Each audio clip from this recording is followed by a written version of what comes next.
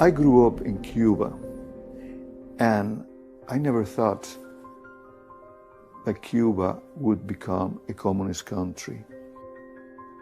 Many people at that time warned the Cuban that what was going on was a communist takeover, but we say no, that won't happen here. No one even dreamed that. And I see it, the same thing repeating here in the United States now. And I feel very uncomfortable about it because I know what is the end of it. And I know that after a while, there will be absolutely nothing that the American people will be able to do. And they will lose everything they own, everything they know. And don't even think that you will be even safe inside your own house, because you won't be. They will come and get you wherever you are. They will take your arms, they will take everything, and your way of life, everything, and you will be just a pawn of the state.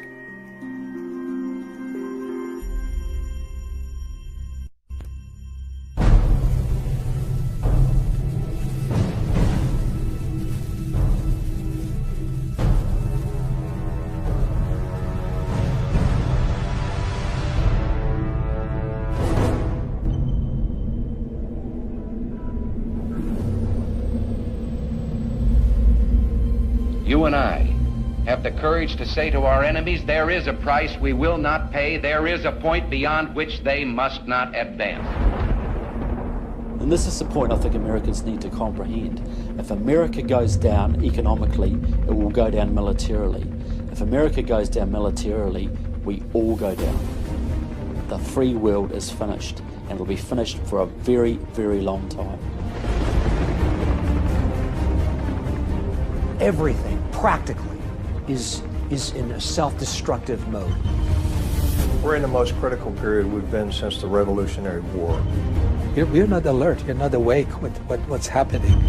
They would just as soon see this country on its knees and everything equalized.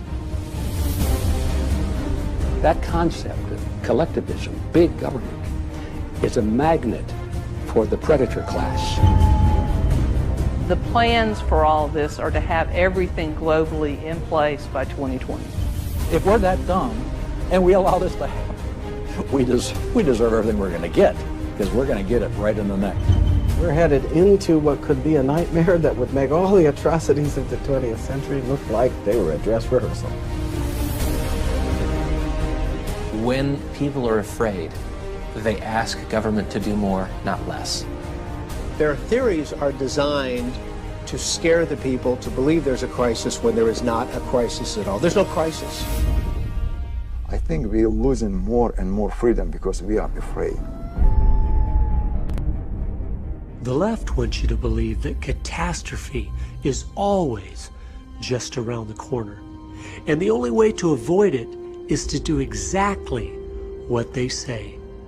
But this film will show everything they do is just a Trojan horse of deceit, carefully crafted to advance their real agenda of finishing America off. We have been the main stumbling block to world communism since it first raised its ugly head. From the promotion of Islam to the propaganda of climate change, from the deceit of Common Core to the manufactured economic crisis, and from their manipulation of the evangelical church to the unsustainable debt burden. This film will show the issues are simply being used as a smokescreen to hide the purposeful, premeditated, treasonous attacks on the foundations of our freedom. The war on religion has just purged us from being able to determine right from wrong. You know what Alexander Solzhenitsyn said about Russia? How the communists took over Russia? He said, "We forgot God." Their stated agenda, carved in stone on a monument in Georgia and outlined in documents placed in the Ark of Hope, is to eliminate 6.5 billion people by century's end. And they will succeed if we don't stop them. This is not just a fight for the United States of America. This is a fight for civilization itself. It's everything Karl Marx dreamed of before our very eyes. I think they've pushed us over the cliff in ever since. America isn't going to fall. We are falling.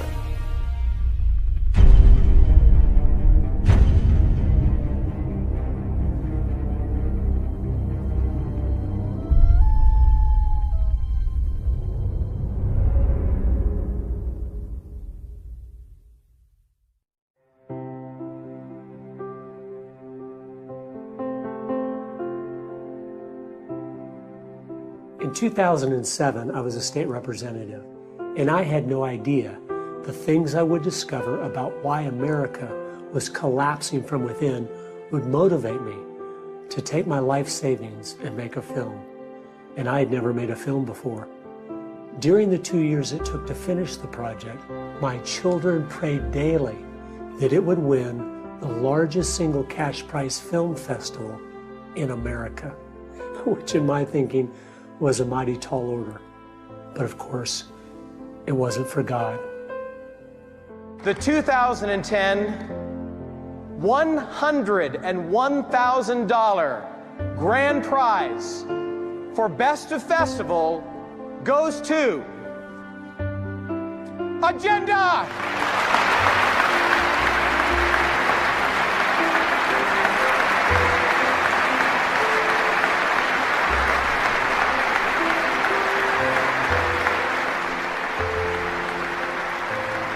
God is so good. I'd like to thank him for just the wonderful wife he gave me. I don't think any man can even reach a fraction of his potential if he doesn't have the woman with him that God intended him to have for life. And I want to thank her.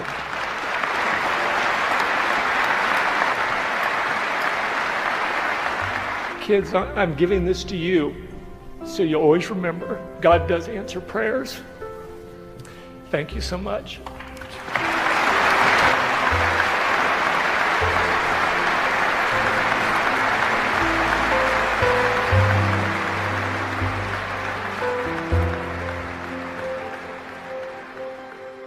After the festival, Agenda began to spread throughout the country. Millions of people were watching it. We had an average of 1,000 different independent showings every single week for 2.5 years. And as we traveled, people all over just seemed overwhelmed. The people I spoke to felt they were under attack from 100 different enemies with 100 different agendas. But I knew from my research that wasn't the case. If things are always moving in one direction in a unified fashion, there is a reason why. Consistency has never been a virtue of ignorance. An experience we had along the way finally put into place a missing piece of the puzzle. We had a Tea Party group that met monthly at a local community college in Minnesota. We showed the film Agenda, and then afterward, as I was answering questions, a man stood up. He said, "I want to congratulate you on your research and how you found all the socialist, communist influences that have changed America. My hat's off to you." I said, "Thank you, sir." But then he stopped, and I could tell something was coming. He said, "I want to tell you something. I'm a professor at this college. I am a communist, and we will win because we're taking all your children." And then he walked out. A woman in the front row who was crying said, "How could he be at our little community college?" I said, "Ma'am, he is at every school in America. Even though many are starting to wake up, they're studying the issues, they're reading books, they care about this country. They didn't know the most fundamental thing you have to know to ever win a battle of subversion. Your enemy." One of the radical Marxist leaders of the 1960s, I think, gave us the key that we are facing today. He said, "The issue is never the issue. The issue is always the revolution. These masters of deceit have used their propaganda so successfully, they've actually accomplished the greatest feat in warfare. They have convinced us they no longer exist, which has given them carte blanche to subvert, manipulate, deceive, infiltrate, and undermine us with no resistance whatsoever. I realized we didn't understand our enemy at all, their strategy or tactics, their strengths or weaknesses. My work wasn't finished.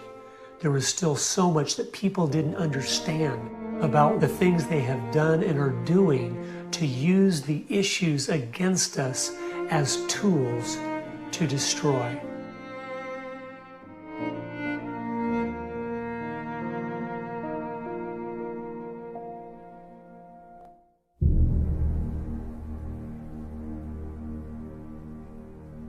"2,500 years ago, in his masterpiece, The Art of War, Sun Tzu wrote, 'If you know yourself, you will win the battle 50% of the time.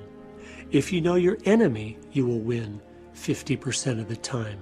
But if you know yourself and you know your enemy, you will win 100% of the time.'"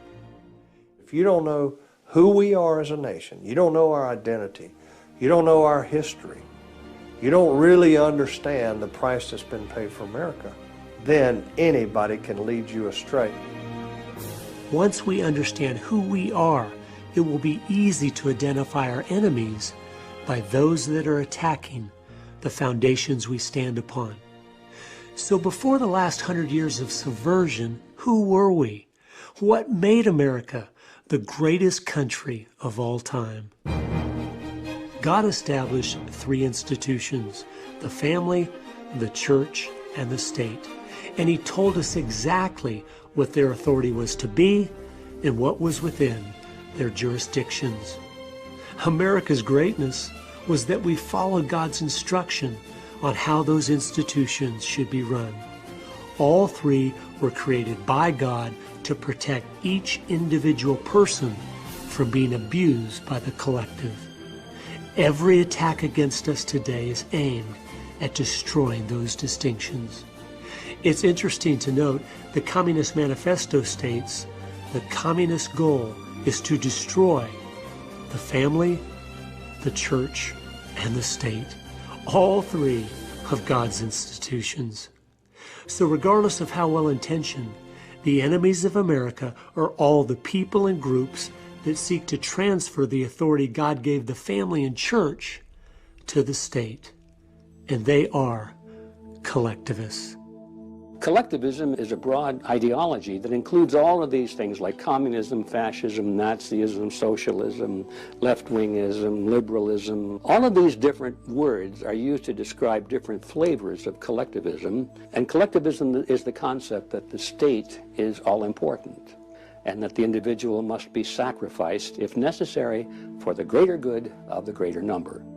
Unfortunately, the end of all collectivist schemes is a government that takes care of its citizens from the cradle to the grave, and that is Marxism. The people that don't understand this naively believe you can have big government without totalitarian methods, and history has shown us you cannot. From each according to his ability, to each according to his need. That was the grand ideal, right? But the problem has always been no one steps down. Once you have the power, no one steps down. And the reality is that beautiful picture was just a picture. It was a fiction. No one ever intended on stepping down. Therefore, that's the reason, no matter what government you go to, whether it's the national government in Washington, D.C., or you go down to your city hall some Thursday night and take a look of who are those people sitting up there in those big chairs, you know, while the little people come in and say, well, I'd like to complain about this. And they say, your time is up, you know. Who are those people in the city hall? They're collectivists, every one of them. They're enjoying this power. They've been drawn to that power. They're predators. Big government will never work because no one is capable of being in charge. We like to think of Hitler and Stalin as if they were uniquely evil people. But the simple truth is, every single person on the planet would have done the exact same things they did if they believed their philosophies and weren't accountable to any higher authority. Ideas have consequences. What you believe affects what you will do. They weren't uniquely evil. They were sinful men like the rest of us, but they had exceptionally bad ideas, the same ones we are playing with today. America was based on the opposite concept of individualism, was that the purpose of the state was not to govern the individual, but to protect the individual. The individual was supreme, and the state was the servant of the individual. In America, valuing each person, this is biblical. This comes from Christianity. You go to communist countries or Islamic countries, life is not valuable. You know, you kill, so what? You can put it in whatever package you want, but the facts are, the mantra of our age being accepted worldwide is from each according to his ability, to each according to his need. And that is communism.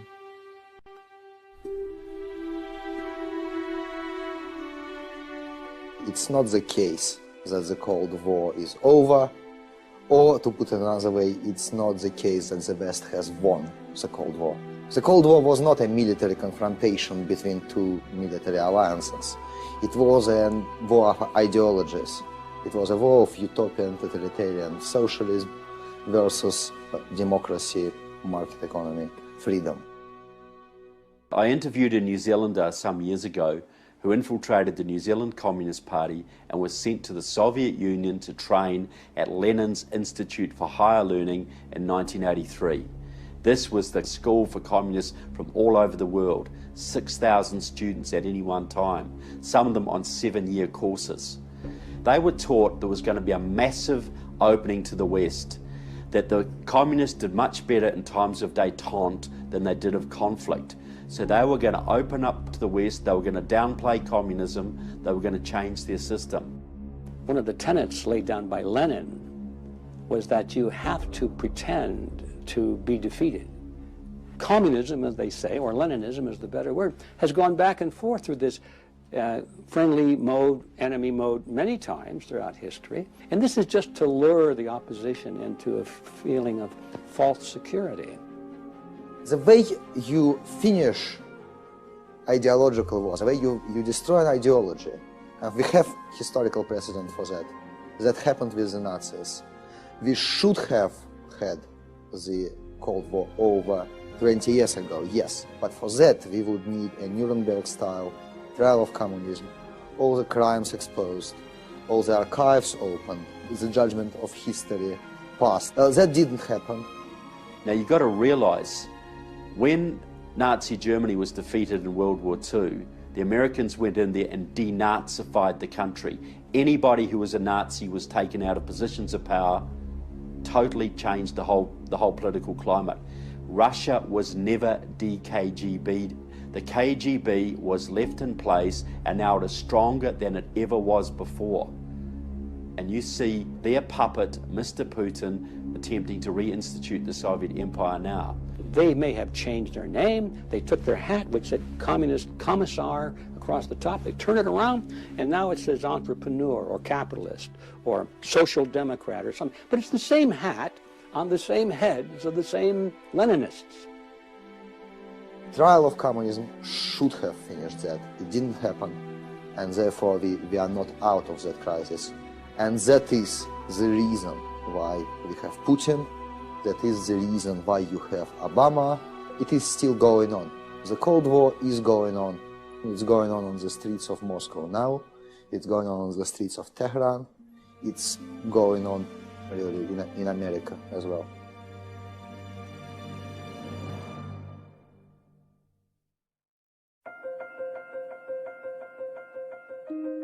Let me give you, if I might, an example. They have a particular program they want to implement, and they go in and they ask for everything. They ask for everything, and they're aggressive about it. They push ahead. And so they push until they get opposition, starts to build up against it. And at that given moment, they evaluate the opposition. They say, Well, is there any strength to it? Will it last? Will we be able to endure it? Or do we push ahead even farther? If the movement grows up to where it can do them harm, they then back off and say, well, maybe we don't want it all. Let's compromise a little. Let us get along together now, because I'm willing to give up what I've asked for totally for just a bit of it. Aren't you willing to give up a bit that we can work together? Next thing you know, another month goes by, another year, and here they come again. They'll just incrementally get what they want. Now, the classic example is Obamacare. Now, that was designed 100% by Democratic Socialists of America, Marxist group. They pushed it on America through Quentin Young, their member, who was the mentor of your president, Mr. Obama. But more than that, Quentin Young was a 40-year veteran of the Communist Party USA. So they got the first steps. The Affordable Health Care Act pushed through in 2009. It wasn't single-payer health care. It wasn't 100% socialised health care, which is what they're after, but they got as much as they could get. Now, if you read their publications, they are boasting it's going to fail. It's not going to do the job. It's going to let people down. But that's great, because then they're going to blame the greedy insurance companies and the nasty doctors, and then they're going to push full on for single-payer health care. They're using the dialectic, they're using Lenin, they're using Hegel. Get what you can get, reach a compromise, then when the opposition backs off, then you go forward for the next step. And you just keep on doing that and doing that and doing that till you get what you want. That strategy is what they use on every issue, every time. We will see a single-payer system implemented by our government in the near future. As Obamacare collapses, as it was designed to, they will step up to fix the problem of high premiums and a disgruntled people with more government. We never seem to learn. We keep compromising, keep giving up ground, and keep playing strictly defense, which is why we always lose.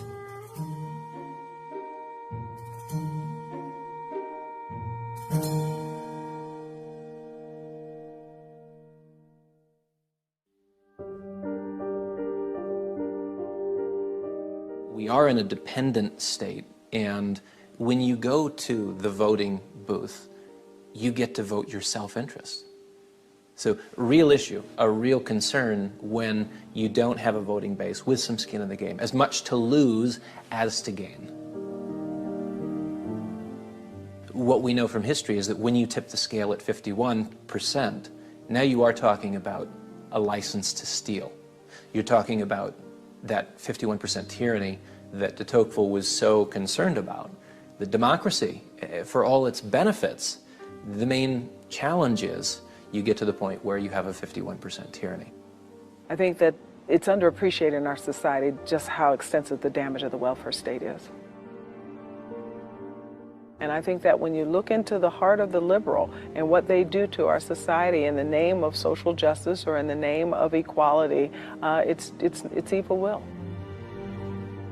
When a government is working as hard as possible to create dependency in their citizens, you know that their real aim is to eliminate freedom, because no man is truly free that is unable to provide for himself.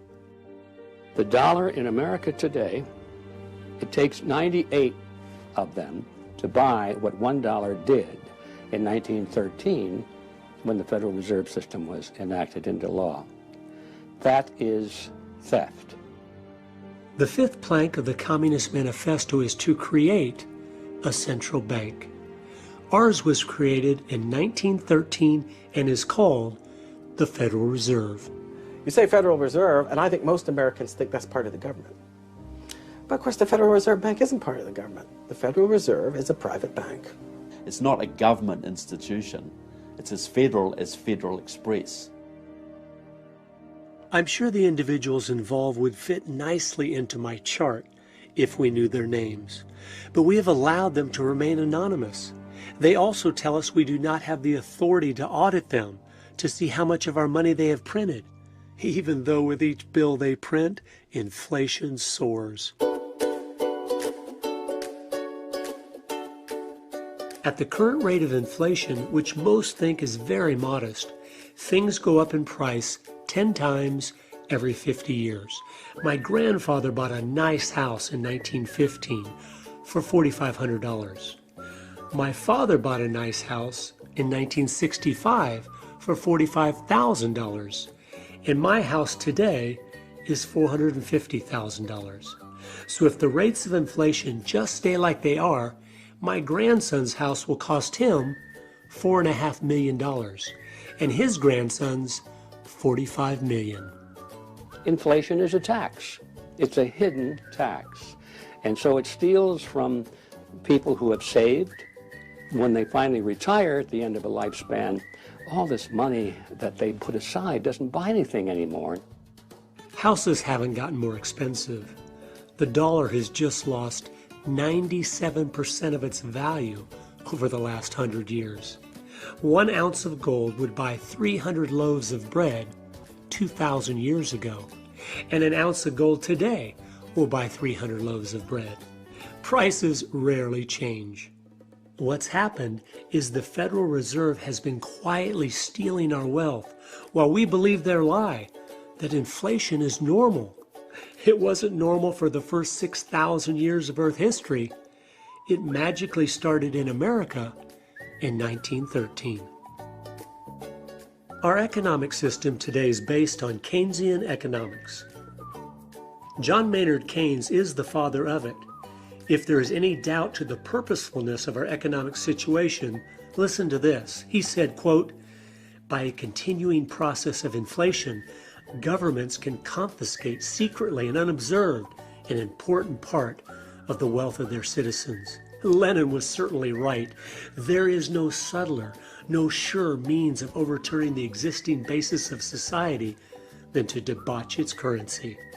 The process engages all the hidden forces of economic law on the side of destruction, and it does it in a manner which not one man in a million is able to diagnose, unquote.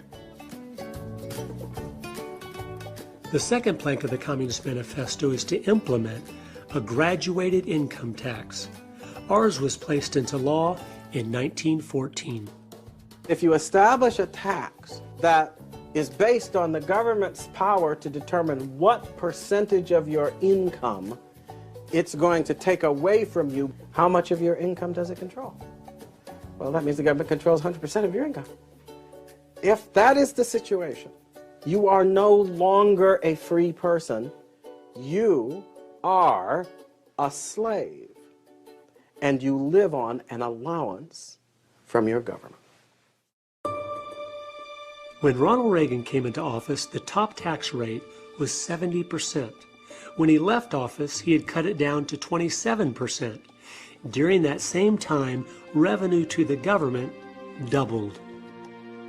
The lie of the left is that increasing taxes on the rich will help stimulate the economy, and nothing could be further from the truth.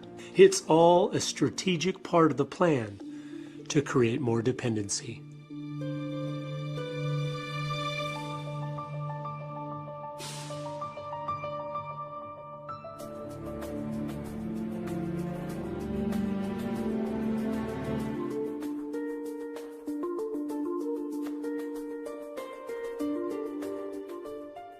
People wonder why our free enterprise system isn't working anymore.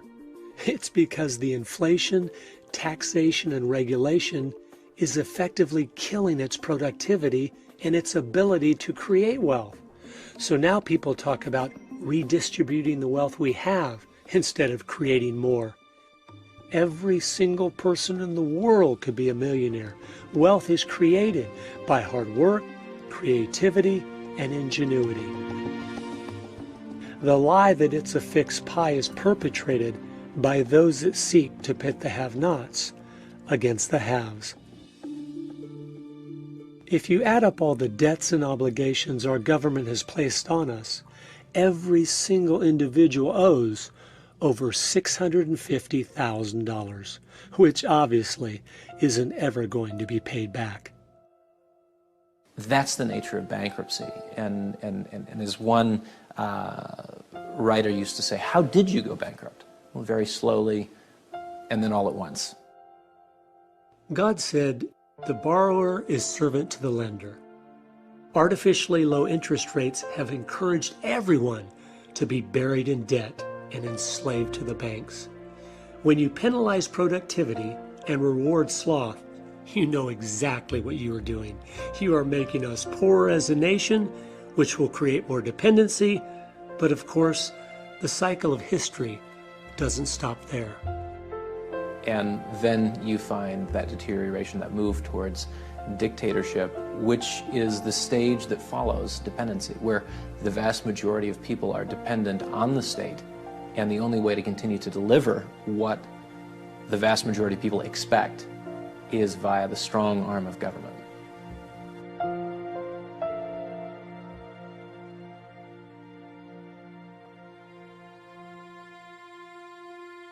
If you look at how do you change society, well, one of the things you obviously do is you go after the next generation.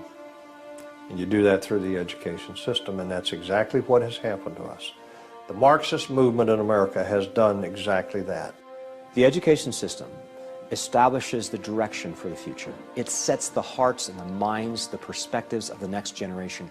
Everybody knows how important it is. They know that if they can get control of our children and they can pump their ideology into these young, hungry brains, they virtually can have them captive as prisoners for life. And you're doing it all under the banner of being internationally competitive, or college ready, or career ready. So the euphemisms hide the actual intent. The father of global education, Robert Mueller, was the Assistant Secretary General of the United Nations and the creator of the World Core Curriculum. He said the goal was, quote, to promote growth of the group idea so that group good, group understanding, group interrelations, and group goodwill will lead to group consciousness, unquote. His World Core Curriculum was pushed in America by George Bush Sr. as America 2000, which was renamed by Bill Clinton Goals 2000, which was then given a facelift to become George Bush Jr.'s No Child Left Behind, which was the driving force behind Barack Obama's Common Core. It's all the same thing, Republican or Democrat, progressing down the same road of complete brainwashing. Since John Dewey, the entire focus of education by the elites has been to, as quickly as possible, move the children to a collectivist mindset. The 10th plank of the Communist Manifesto states, provide a free education by the state for all children and to combine education with industrial production. Bill Gates has teamed up with the United Nations to build the model that will have our schools simply be a tax-paid training ground for corporate America. In the end, most of this tracks back to people who would benefit financially from a more government-centric economy because they're at table. They're already political players. They don't want to worry about competition. Not only is competition eliminated, but employees are created. The type that would be content to work 60 or 70 hours a week in a dead-end corporate job that just paid enough to survive. Traditionally, Americans would have had no interest in that. They would have wanted to use all the individual talents and abilities that God had given them. They wanted to do 100 different things in their life. Invent things, start new businesses, change the world. And the elites didn't want any of that, so it had to be destroyed. It's like we're going after Marx's vision and at the same time making it impossible as well, because the mind arson necessary to get an amenable voter means that the wealth that you're planning on redistributing is really gone. You just don't know it yet. Just as I was beginning to dig in, I realized I was making a big mistake. The temptation on all these different issues is to not accept the reality of how things really are.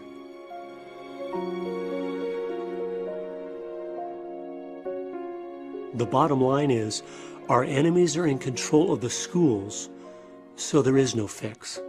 I know you don't want to hear that because I don't want to hear that, but it's true. They want our kids to be useful idiots. They want them to be dependent on the state. That's the goal of the whole thing. So they will repackage, rename, rebrand the same old thing over and over again. It is intentionally going downhill. We have to grasp this. It is purposeful. We legitimize them by acting like they just don't have a good idea and we have a better one. They know exactly what they are doing. They want to create a new world man that is dependent on government for his very existence. So to even talk about Common Core, debating its good points or bad points, is playing into their plan of sidetracking all of our energies and efforts on a dead-end road. Even without Common Core, the schools are completely bankrupt and destroying our children. We have seen a decline now for 70 straight years without any interruption. As long as the government has a monopoly in education, we will keep getting what we have. And the end result is to make our children and those educated under this influence, to make them unfit to govern themselves.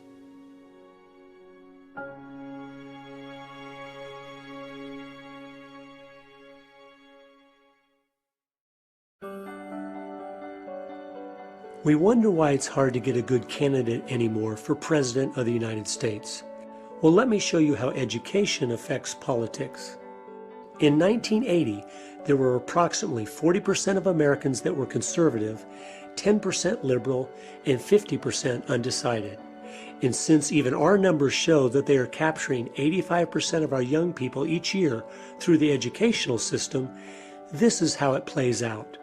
In 2012, America was divided at 30% conservative and 30% liberal, with 40% undecided. By 2028, it will be 20% conservative, 50% liberal, and 30% undecided. And by 2036, only 20 years from now, it will be 10% conservative, 70% liberal, and 20% undecided. This is simply demographics, and there is no quick fix to change this.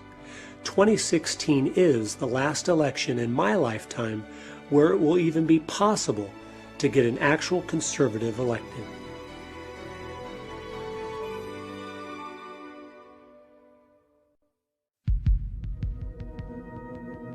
On September the 11th, 2001, when the word came through that the World Trade Center had been hit, Muslims poured out the mosque screaming, Allah Akbar! And they ripped a pregnant Christian girl to pieces, and they went on to kill 9,000 Christians that day in Jos. 9,000 Christians were slaughtered in Jos, Nigeria on September the 11th, 2001. Did your newspapers report that? We have delegated to the UN the right to pick the people who are going to be brought to the United States for refuge. And we keep opening our doors and allowing more in, and that's going to be it's a nightmare that's waiting to happen. And what they have done, virtually without exception, is they have selected Muslims to be refugees to America. It's like taking a loan from the mafia. You'll pay all right, and you'll pay in spades. Of course, I was born into it. I was raised into it. I lived. So I've experienced Islam in every area of my life. Islam is mandated to take over the world by force. It's commanded. They may deny it, but it's in the Quran. Think about this. Islam doesn't believe in women's rights. It's fine for a husband to beat his wife. There's no freedom of speech. Any who disagree are executed. Homosexuals are stoned to death. Pornography and alcohol are punished with a beating. And yet the left loves their system, one that stands against everything they claim to support. I think this proves beyond a shadow of a doubt the left will support anything and use any people group if they think it will help destroy their two greatest enemies, Christianity and freedom. They no more care about Muslims, the poor, women, blacks, the environment, or the children than they do about an unborn baby's right to life, a Christian's right to free speech, or a balanced budget. It is all a lie, 180 degrees opposite of the truth. Only 16% of Islam is a religion. The rest of it is a legal system, a geopolitical system, a military system, a dress code, a moral code. It's a lot of other things, but it's not a religion. How come countries like Iran, when Islam is implemented, there's so much brutality against your own people? Why there is no peace? Why there is fear? That's what an Islamic country is like. Those people who say that Islam is a peaceful and tolerant religion, if the most violent and intolerant religion in history can be called peaceful and tolerant, what do we call the Amish and the Mennonites? It is well documented certain fact that international terrorism was invented by the Soviets in the first place. And you can't argue against this. Seeing all the documents, they were training, financing, arming all the terrorists. Originally, those were left-wing terrorists called normally liberation fronts, liberation movements, these kind of things. That was the plan of Yuri Andropov. In 1972, Ion Pacepa, who was head of the Romanian KGB, who later defected to the United States, he had a meeting with Andropov, the head of the Soviet KGB, where they organized the sending of 4,000 Soviet agents into the Islamic world to stir up hatred against Israel and the United States. So the communists saw another wedge opportunity there, another way to divide and conquer, another way to build armies of opponents to their main enemy, which is the United States.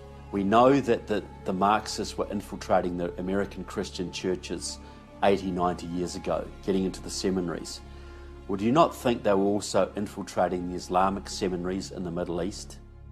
They realized these people have the same goal of world domination. Let's infiltrate and become the leaders, and then use these people to accomplish our goal. Most of those people think they're fighting for Allah. They don't have any idea they're fighting for communism. The AK-47 seems to be a symbol of the Muslim terrorists. They didn't invent or design or produce the AK-47. It was provided to them by the Soviets. In fact, all the weaponry, whether you're thinking of the MiGs they're flying or the Hind helicopter gunships that they're strafing and machine gunning our missionaries and teams with in Sudan, it all comes from the Soviet bloc and from Red China. The Soviets established and set up and ran the Palestine Liberation Organization. Today, the Taliban in Afghanistan is as much Maoist as it is Muslim. A few years ago, in 2006, Pavel's mentor, Alexander Litvinenko, a Russian KGB agent who had defected to the West, was poisoned by Putin with radioactive plutonium-210.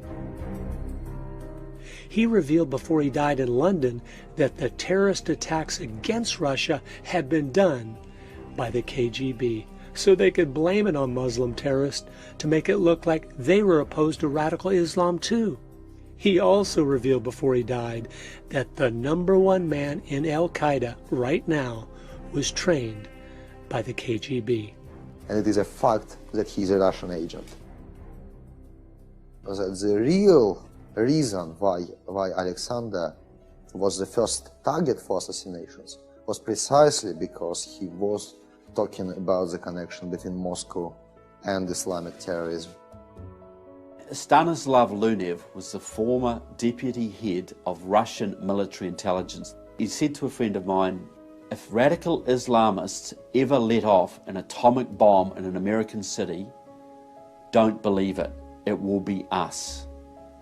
It will be the Russians using radical Islam as a cover.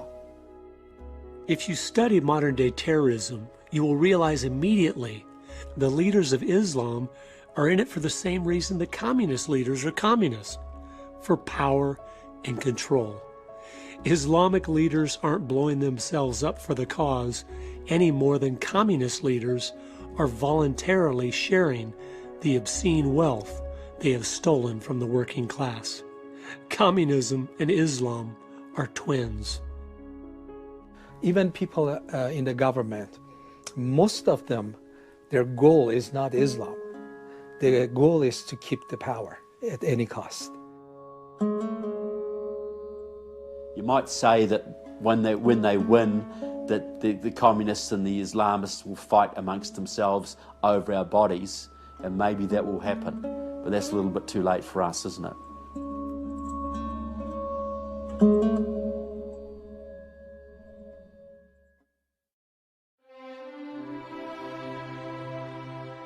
Missionaries were being machine-gunned on the roads. Red Cross ambulance workers were being killed. And what was absolutely scandalous is this was not only being funded by the Soviet Union and Red China, but by the World Council of Churches. The World Council of Churches was taking money from members in National Council of Churches in America and across Europe and putting that into what was called the Program to Combat Racism. Nice name, but it was funding terrorism, and they were murdering missionaries, and that's what we were fighting against. The World Council of Churches used to be known as the Communist Party at prayer. It's a centralised body basically controlled once by the Soviet Union and now dominated by the Russians through the Russian Orthodox Church, which is totally controlled by the KGB, has been for years. Do you think in Russia, under Stalin, he revived the Russian Orthodox Church? Do you think he would have revived the Russian Orthodox Church had he not controlled it? Had he, this is an avowed atheist, living in an atheist system dedicated to the destruction of religion, but they revived the Russian Orthodox Church because they knew they could use it as a tool under KGB direction to influence other churches all over the world. What I see is that the church has become an enemy of God, because it has been infiltrated with people that have degrees from elite institutions. And these are people that, they have come into the church, but they never were believers. There are some professors in divinity schools and seminaries that take delight in destroying the faith of innocent young people. Christianity has always been the main target because they knew with a strong Christian church, their plans of a one-world government that requires a one-world religion to succeed would never be possible. And I think that's why Christianity is a religion that people intent on despotism don't want around. The surest sign that the elites in our society are up to no good, just as the founders of our country predicted they would be, by the way, is that they're trying to get rid of Christianity. Because Christianity is what encourages people, emboldens people who live according to good conscience, acknowledging God, to stand firm in the right. Step one was to remove God's word, the absolute authority and standard of the church. It's as if the uncomfortable things that hold us accountable have slowly been scrubbed from the message from the pulpit. What was sin 2,000 years ago is sin today. And that's a message I think we need to hear quite often from the pulpit, and I don't hear it that much. Research shows the majority of Americans don't believe anymore that the Bible is God's word. But a more amazing testimony to the left's success is the vast majority of seminaries in America don't either. They realize that if you can influence churches, you can influence millions of people. So a lot of these people have had an end game in view, and part of the end game is seeking to enlist the church as pawns in their game. Step two was to force real Christianity inside the four walls of the church, while sidetracking those that were just religious with do-gooder causes. We Christians in the West, we are not even aware how much oppression we have in the U.S. We are persecuted without knowing it. They have told us, Christians, you can't do this. And said, yes, sir, we won't. You can't do, witness at your work. Okay, yeah, I won't. You can't talk against sin. Okay, sir, we won't do it. And so gradually, we Christians, what they allow us to do, okay, you can gather in your churches on Sunday, worship the best you can, and then go home. And we have accepted that type of Christianity. We have accepted that we should not and we cannot influence our society or the government. We have accepted those limitations that the enemy has put on us. And we have withdrawn into ourselves without even realizing it. Something that is obscene is something that shouldn't be brought into public. When are Americans, particularly people of faith, going to realize that over the course of the last 60, 70 years in our country, we have allowed them to redefine the world so that Jesus is obscene, so that God is obscene, the Ten Commandments are obscene, kids wearing a t-shirt that says Jesus saved, kicked out of school, people wearing an F word all over their clothing, they can wander around. As I dug in to find out how this had happened, I came across testimony from the Congressional Record in 1953. Manning Johnson, who was a top communist official, testified. He said, quote, "The communists discovered that the destruction of religion could proceed much faster through infiltration of the church. It was determined that with only small forces available, it would be necessary to concentrate communist agents in seminaries and divinity schools. These institutions would make it possible for a small communist minority to influence the ideology of future clergymen.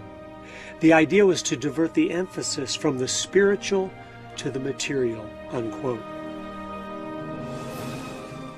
The testimony continued with Benjamin Gitlow, who was one of the founders of the Communist Party USA. Quote, "The Methodist Federation for Social Action was first organized by Dr. Harry Ward. Its objective was to transform the Methodist Church and Christianity into an instrument for the achievement of socialism," unquote. Dr. Harry Ward was not only a communist, he was also a member of the Fabian Socialist Society.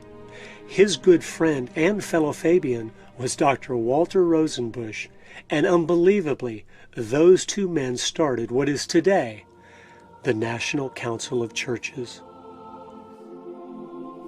Unfortunately, most Christians these days are tragically biblically illiterate and are accepting anything that comes down the pike that has the name Jesus stamped upon it, but it's not the agenda of the Jesus of the Bible. It's basically a satanic agenda which is seeking to displace Jesus and exalt the worship of man and creation over the Creator.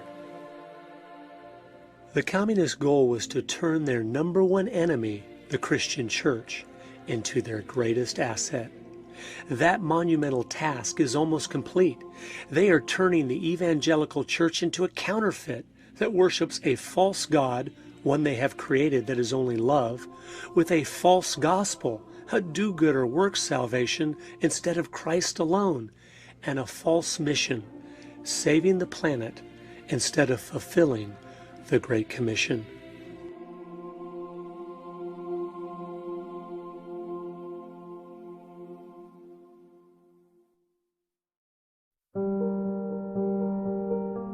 Go back to the fall of the Soviet Union.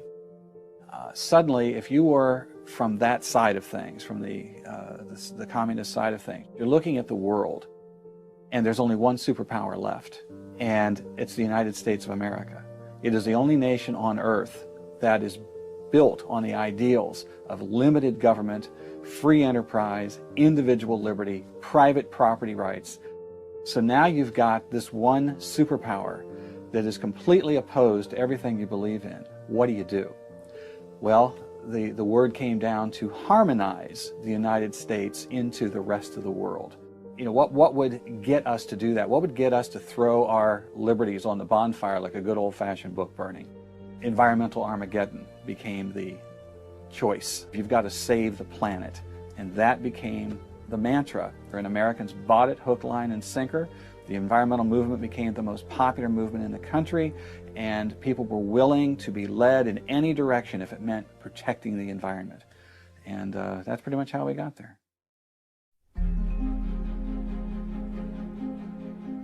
We have to do something, they say, because we're destroying the planet, the earth has a fever, we have to do something. And that, if it were true, would be a legitimate argument, right? But if you're screaming fire in a crowded theater, then it's a wicked argument to make when there's no fire at all. You're just trying to move people. There are three core claims that are propping up the entire movement. In Michigan, they've done some wonderful studies at the university level, illustrating the fact that when you increase carbon dioxide plant life grows wildly. If you Google optimum CO2 concentration for plant growth, those plants, which all life depends on as their food source, you will find that it is 4 times the present level. You can go back to the era here on planet Earth. Levels of carbon dioxide were probably 6 to maybe 12 times higher than today. We're not at a high point now. We're at a low point. Foliage was all over the planet. Carbon pollution is now a common term that people are using, when in fact, if CO2 fell below 150 parts per million in the global atmosphere, all the plants would die. And then what would we eat? There wouldn't be anything left to eat but rocks at that point. Frost and ice are the enemy of life. You come from the tropics into the temperate zone and then the Arctic, you lose 99% of species biodiversity. Which means that quite the opposite of what the alarmists say, global warming won't lead to more extinctions. It will lead to protecting more species from extinctions.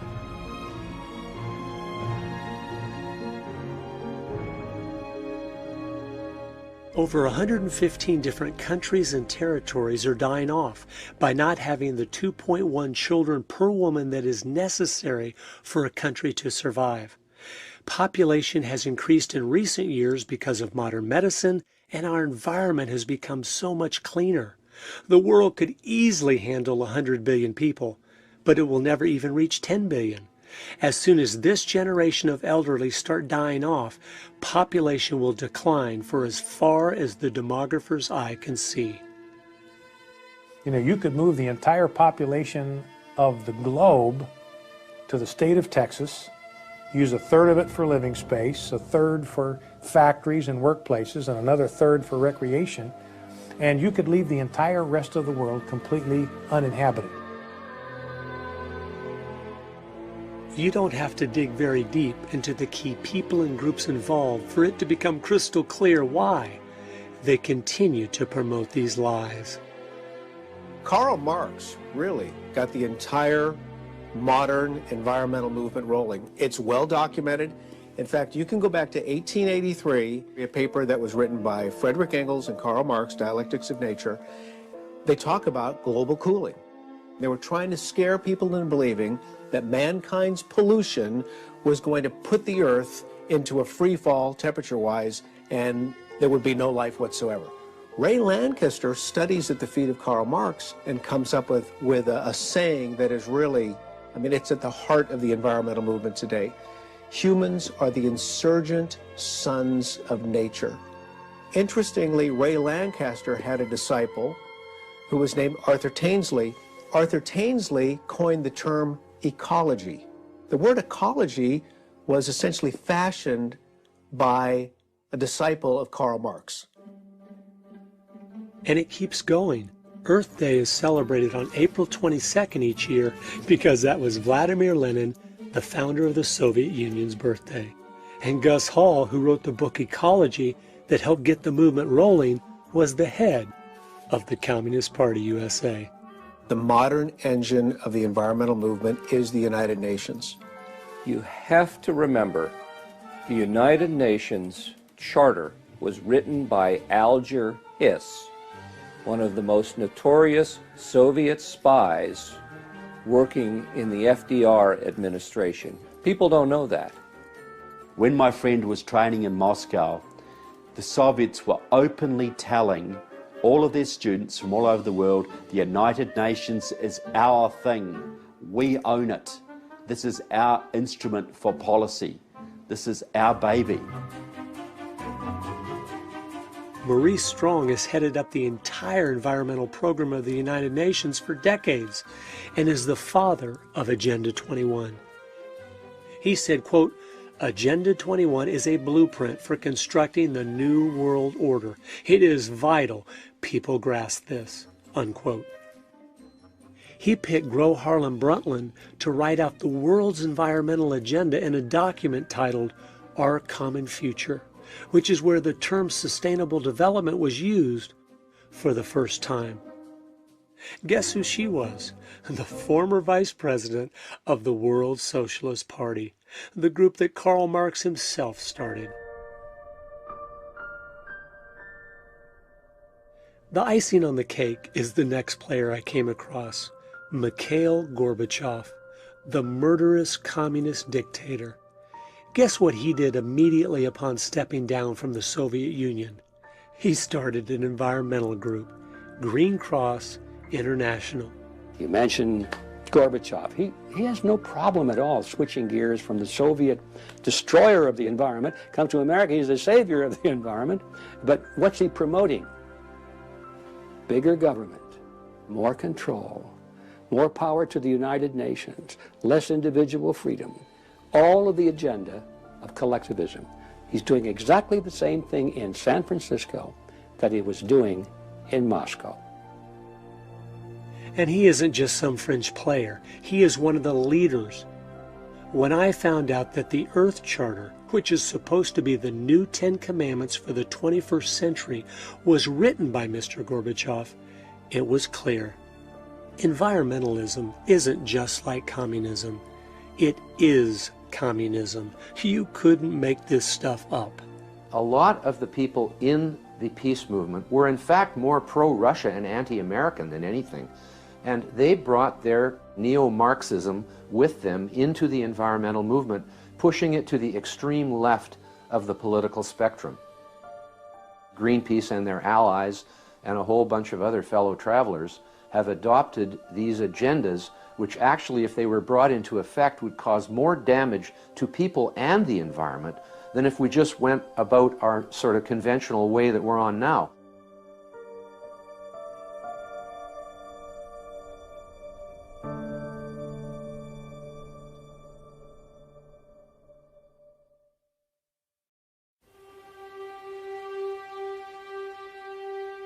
In 1995, the Marxists, Democratic Socialists of America, 7,000 members, Gramsciist communists, they believe in revolution through infiltration, they took over the AFL-CIO. They took over the American Labour Movement, and they put their member, John Sweeney, in as president. And now their protege, Richard Trumka, runs it for them.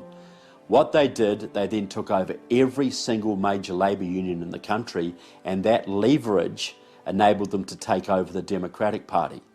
Because there's hardly a Democrat at any level in this country, from county commission to federal, who doesn't owe his job to the unions for money, for manpower, for get out the vote, even for vote fraud. They mounted a purge at the higher levels of all the Southern Dixiecrats, the conservative Democrats, the moderate Democrats, and now the Marxists, through the unions, have completely taken over the higher reaches of the Democratic Party.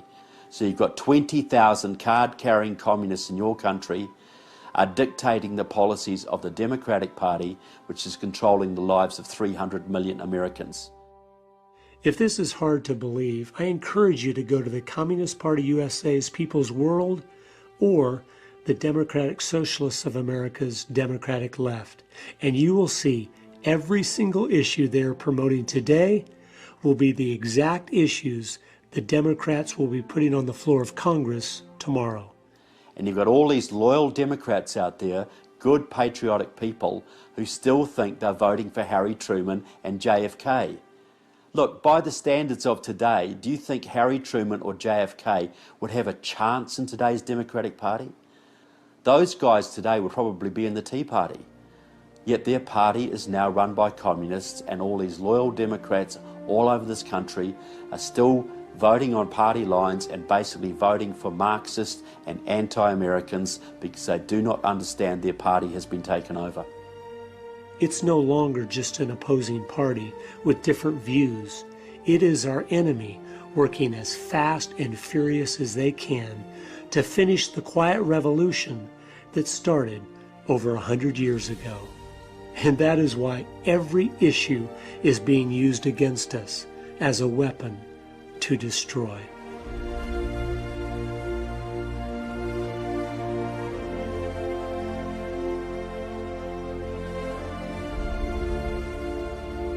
So the process is simple. The Marxists set a policy. It might be socialisation of student loans, or green jobs, or cap and trade, or card check, or a New START treaty with Russia, or Obamacare, or immigration amnesty. They're behind the campaign to end fracking. They're behind the gutting of your military. They're behind the dumbing down of your schools and Common Core. All of these programs that are affecting every American every day is being orchestrated by small Marxist groups who have been able to take over the labour movement of this country, and by doing that they then took over the Democratic Party and are now running the country. They're effectively running the country. I contend that sooner or later they will use violence. They'll use violence when they get to a certain percentage. If they can get 70% of the people behind them, they will wipe out their opposition, because the socialist communists cannot stand competition. They have to take America down, then they can have world government, and the communists will then throw off their mask and they will have worldwide Leninism. That is their plan.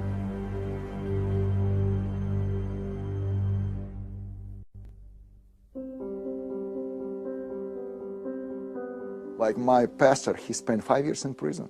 My cousin's husband, he spent 9 years in prison. He was a pastor. Because they say, no, you cannot worship in this way. You can worship to your God only as we say to you.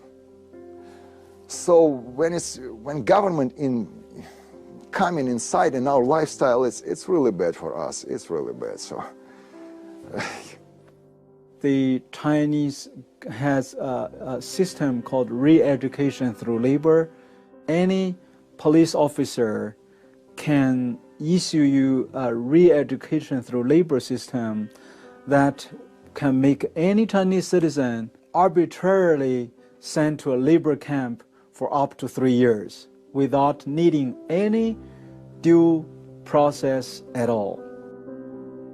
My younger brother was 16 years old. He was politically active minor, 16-year-old. And they arrested him. This was in the 80s, early 80s, put him in jail. And they told my mom, who was visiting, don't worry, he's doing okay. We're going to release him. They kept him 2 years until he turned 18. And one day they called my mom, said, come and get his body. We killed him. And no reason, no court, why. He told me he's okay, he's making progress. And they charged my mom for the bullets that killed my brother. He said, we spent this much, you have to pay us to release his body. You have to pay for his execution. Don't want to live through this again, but I am living it. You know, every day is one more provision, one more thing that you cannot say. And I don't know. It's no secret that totalitarianism resulted in the slaughter of hundreds of millions of people during the 20th century. But what most people don't realize is that the environmental movement is now setting the stage for the slaughter in this century of billions. Since humans have now been labeled the greatest enemy of Earth, and the planet has been elevated to God status through the resurrection of ancient paganism, things that were once unthinkable are now becoming thinkable. If you don't think there's a religious element to this, they have made an exact replica of the Ark of the Covenant from the Bible to carry Mr. Gorbachev's Earth Charter. And people literally are worshiping it, praying to it, and placing gifts before it. And if you think this new paganism won't include things like human sacrifice, think again. Just during the 8 years of Obama, the child sacrifice worldwide through abortion has exceeded 320 million babies, the entire population of the United States. Under the new Agenda 21 movement, we've been demoted. We are now below the earth. And if we are less than the earth, then there is no tyranny against man that cannot be justified under the premise of protecting the environment. Honest environmentalists will all tell you, well, a good number would be, we have 7 billion now. They won't say a billion, they'll say probably a few 100 million. Okay, then you ask them, how are we going to get to that number? How are we going to get to that number? And they look at you with a blank look. Because abortion and sterilization isn't going to get us there, so how are we going to get there? And then I will always ask them the question, You want a war? Will a war work for you? How about a plague? Will a plague work for you? How about starvation? Will starvation work for you? And you know, in the back of their mind, they're thinking all those things will work for them, because there's no way you're going to reduce that many people on the planet to get it to where they think it's sustainable. And of course, at the same time, they're thinking, and I'm going to be one of the chosen ones who will be allowed to live.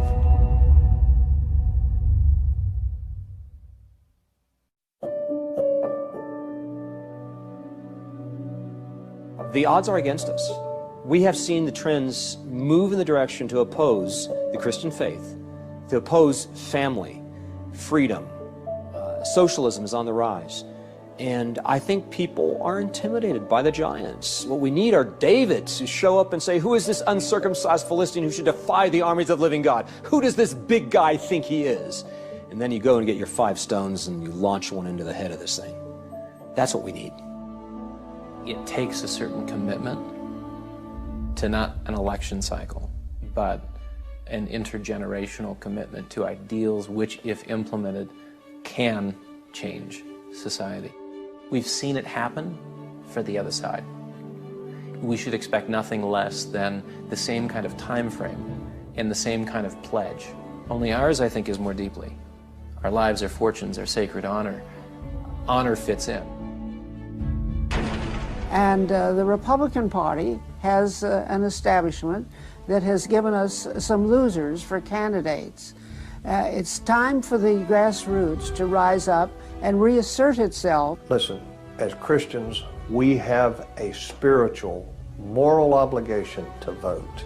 We have to go into political office. We have to network with each other. We have to dislodge these professional politicians and collectivists. And there are people who think that the job of precinct committeeman is the most important. We have to take back over the Republican Party. I attended my first county Republican meeting in May of 2006. Within a couple months, I was asked to be the precinct committeeman for my area because the position was empty. And then, only 11 months after I attended my first meeting, I received a call one morning from the governor asking me to be the new representative from my district. Did you know about 35% of the precinct committeeman positions are empty nationwide? We need to fill them with real conservatives and take the party back from the ground up.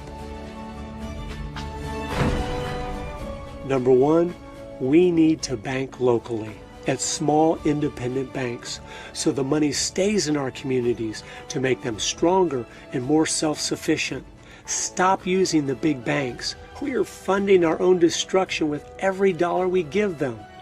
Number two, we need to get out of debt.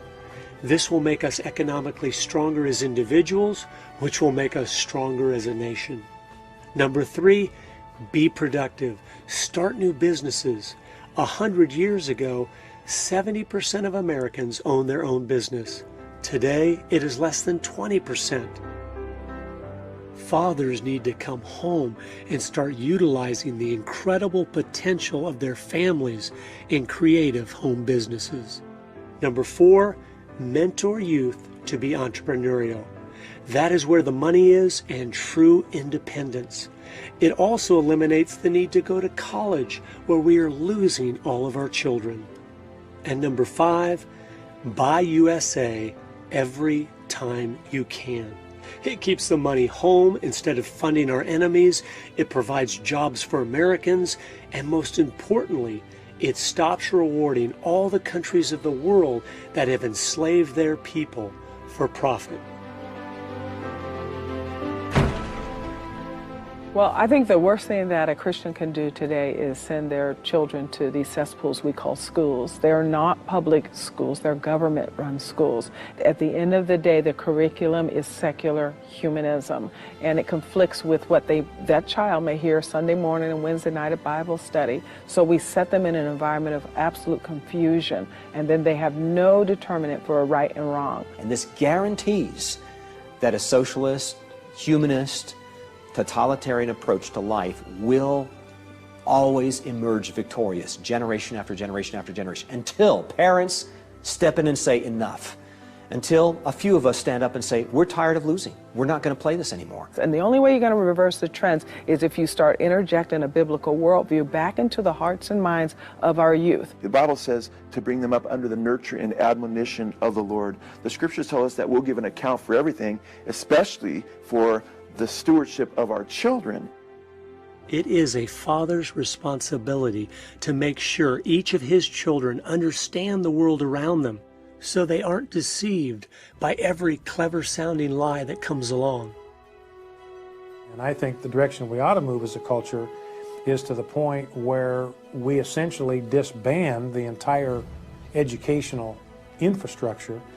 And if we're going to collect tax dollars for education, then we say to parents, here are the education dollars that we have devoted to your students' education. It's yours. So if you want to enroll your child in a homeschool, if you would like to enroll your child in a private Christian school, education dollars follow the student to the school of the parent's choice. All efforts to reform education should be focused on one task: implementing a voucher system to break the government's stronghold. This would eliminate virtually overnight Common Core, failing schools, the promotion of immorality, the environmental propaganda, and the anti-Americanism, which is now the bedrock of the K-12 program. We can no longer sacrifice our children on the altar of convenience. Number one, we need to demand of our representatives that they stop the UN from putting all displaced Muslims worldwide in America. You know, there's 56 or 57 countries that make up the Islamic Conference. If you've got a Muslim in one Muslim country that needs a place of refuge, they've got 56 other places where they ought to be able to go. Number two, we must be sharing the gospel with those who are already here in America, praying that they will get saved and go from being a threat to us to our brothers and sisters in Christ. If you want to reach out to Muslims in America, reach them early and reach them with love. In Islam, there is no love. That's the weak point of Islam. If you want to invade Islam, that's their weak point. Because Allah in Islam has 99 names and not one is love. There is no commandment to love and forgive one another. So when you love people and you love one another and you love God, you are piercing the darkness of Islam in a major way. Number one, we need to expose the lies. Everything they preach is a lie. America is the cleanest country in the world and always will be as long as we are free. We have cut our pollution in half since the 1970s, even though our population has almost doubled. We aren't the problem. We are the solution. Number two, hound federal officials to get us out of the United Nations. The world's entire environmental agenda is seeping out of this Marxist cesspool. We need to abort its influence in America before it's too late. Number three, get involved in protecting private property rights at the local level. Work to remove from office anyone that doesn't offensively fight for property rights. If you don't have property rights, you don't have any rights at all. Property owners have a proven record of knowing what is best for their land far better than any government ever has. Some of the signs to look forward to discern as to whether or not you're in an apostate church. It's important to see, is the pastor preaching the gospel of Jesus Christ crucified on the cross for our sins, buried, resurrected again? Is he preaching the message of the gospel and eternal judgment, and the fact that we don't live very long on this earth and we're going to stand before God and give an account as to whether or not we've embraced the grace of God through Christ Jesus? Is he preaching repentance, that you must turn from sin and embrace Jesus Christ as Lord and Savior? If you don't see that in a fellowship and there's another agenda afoot, I would say, run and don't walk to the nearest exit. We need those of you that are pastors to stand up and lead and only be concerned about one thing. What does God think about what you're doing? And we need those of you that are Christians to share the gospel faithfully Most under 30 in America have never even heard the truth about Jesus. 67% of non-Christians have never even been invited to church. This is unacceptable. The complete transformation that takes place with salvation is the only real hope for America. I think it begins right at home, in your own heart, in your own mind. Reform takes place there, and then it begins to work its way out. The multiplication which occurred, the revolution which occurred in the first century, was a revolution of individuals' hearts. And you began to see this mushroom effect that took place in individual homes only because individuals were changed. And then communities changed. And then the world was radically altered for the good as a result. I think the day of the sunshine patriot and the fair weather Christian are coming to an end. We're going to have to pick what side we are on. And there's not 10 different options. There's only 2. We will either be on God's side, living a pure life, standing for His laws, regardless of the cost, or we will be on man's side, which means we are the enemy of God. And the reality is, these evil people and groups that have just dismantled this country over the last 100 years, they have done that while an all-powerful, holy God has been sitting on His throne. What does that mean? It means He has allowed that to happen. That's what should drop us to our knees in fear. Why would a holy God that hates what these people are doing far worse than we do, why would He allow them to flourish and succeed in their plans? Well, I think if each one of us looks inside of our own heart, on our knees before God and says, God, what have I done that has caused you to remove your hand of blessing from our country? I know we've all done things that have contributed to the problems that we face. If we repent, if each of us individually comes before God and makes things right, and then makes a firm decision to go in the opposite direction and change things, I know He will bless our efforts. I know He will give us back our country, because that's who He is. He is long-suffering. He loves His people. He loves truth and righteousness, and He hates what is evil. I ask you to join with me and my family and commit to pray for our country, for our children and grandchildren, for the generations that are to come, that we will do everything in our power to turn them back to God's Word, to His principles, to His way of doing things, which always brings blessing. And I think as He sees that repentance, He sees that true desire to love Him with all our heart, mind, and strength, He will step in and crush our enemies, the ones that right now seem to be in control of almost everything. Just like I told my children at the festival, God does answer prayers. He can save our country. There's nothing that is lost that cannot be found by the power of God. There's nothing that is hurtling through the abyss that cannot grow wings and soar to the heavens by the power of God. You shall mount up on wings like eagles. You shall run and not be weary. And I think that that's true of our country. And in our case, we won't be discovering something or finding out, we'll be rediscovering. We won't have to wander about in foul and distant places. We just have to go home. We have to go home to the heart of faith. We have to go home to the true spirit of liberty. We have to go home to that reverent love of God which triumphs over every fear. And we'll find America again. Isn't that beautiful? You come home to God, and there you will find America. And that's what we've got to do now.